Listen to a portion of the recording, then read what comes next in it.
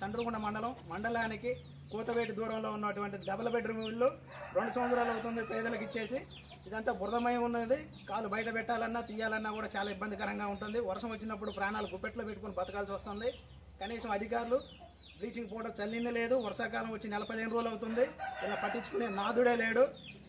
అధికారులు వెంటనే స్పందించి వీళ్ళకి బ్లీచింగ్ పౌడర్, ఓట్ల కోసం ఉరుకులు పరుగులు పెట్టే నాయకులు మరి ఇప్పుడు ఏమయ్యారు?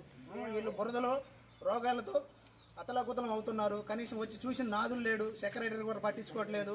ఎంపీడీఓ గారు వెంటనే స్పందించి వీళ్ళకి బ్లీచింగ్ పౌడర్ చల్లించి రోగాలు రాకోకుండా చూడాలని కోరుతున్నాను.